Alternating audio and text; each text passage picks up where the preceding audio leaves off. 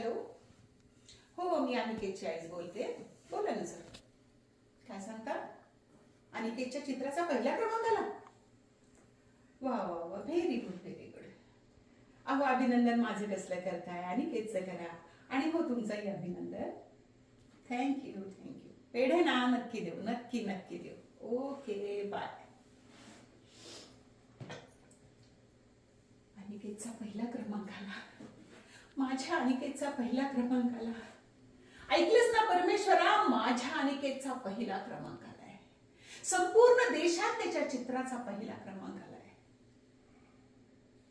माझा अनिकेत जन्मल्यापासून लोळा पांगळा, जन्मल्या एवढ्याशा जीवाला औषध इंजेक्शनांचा नुसता मारा केला त्याच्यावर, पण काही उपयोग झाला नाही. त्याच्या हातापायात शक्तीच नव्हती. म्हणेल त्या डॉक्टरकडे नेलं, सांगेल ते उपचार केले, एलोपॅथीच काय आयुर्वेदिक, होमिओपॅथी, मसाज सगळं सगळं केलं, पण कशाचाही उपयोग झाला नाही.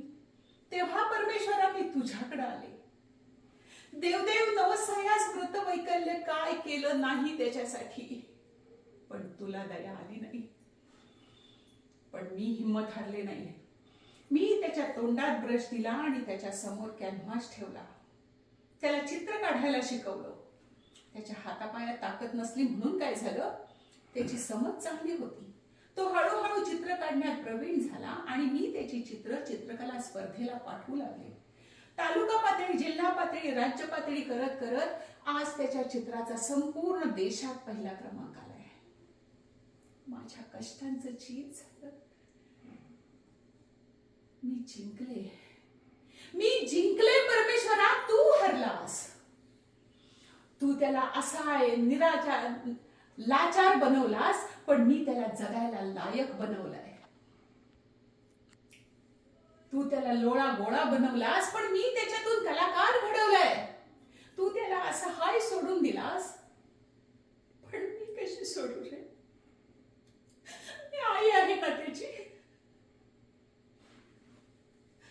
एवढंच मागणं मागते.